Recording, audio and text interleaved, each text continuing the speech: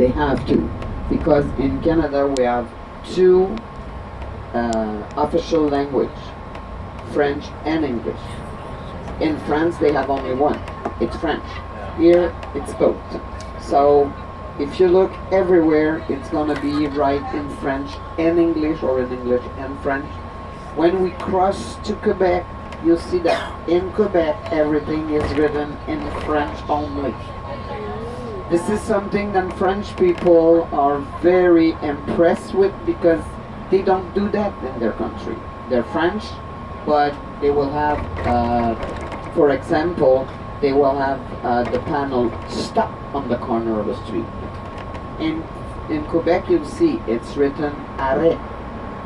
That's the French word for stop. Yeah. And you won't see it written in English, because there's a law in Quebec called Law 101, and that law, obligate everybody to write in French first, then in English if it's needed. The first white guy to come in the area was Samuel Champlain. I know you don't know who Samuel Champlain is, but you're going to hear his name more often, because he's the guy who founded the city of Quebec. And he was one of the first white, he founded the colony of Quebec, and he was one of the first white that explored the territory. The guy who discovered Quebec was Cartier. He discovered Canada, and that guy came as far as a little bit in Montreal, because then he for the road for China when they were exploring like that. And when he saw those rapids, he told himself, on the other side of those rapids, it must be China. In French, la Chine.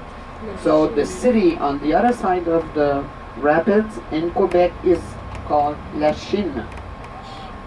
The name stayed. And there's a lot of names like that that have been written here, was found on the other side of the river Outaouais, where we're going to sleep tonight. The town was called Hull, Hull.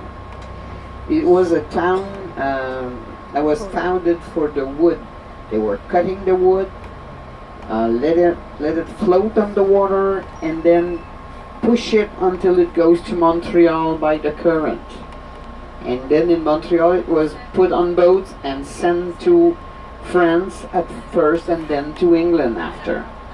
That guy was called, his name was Philemon Wright, and like I said, he founded his town on the other side of the river, in front of what is called today Ottawa. A guy came later. That guy was a soldier. He was a colonel from the British Army. His name was Colonel By. And he decided to found another city, but on this side of the river, called it Bytown. And he was like doing the same thing. He was lumbering like on the other side. So the small lumber town on the other side of the river became a big lumber town, because now they had, like, on both sides of the river, they had the lumber that were cutting the woods. With the time, the colonel received orders from the British Army to build a canal. The purpose of that canal was to protect the capital from the invasion from from the British.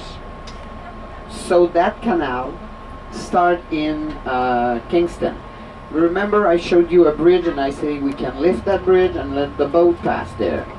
That was the first stop for the British. There was the fort that we saw there, Fort Henry. The purpose of the fort was to protect the territory against the British. So that was the first stop. Then, as they get to Ottawa, there was some duck all along the river, and they had to cross those duck with their big boat. And there was soldier all around the duck to protect Ottawa against the invasion. And you'll see in Ottawa, we'll show you another bridge that they had 2 guards on the bridge and they had to turn a wheel to open the bridge. That bridge still exists today. But today we open the bridge with pleasure when we see American people coming in, because we want them to come and spend their money in Ottawa. We know they're not going to attack anymore, so we're very pleased to see them come and spend their money.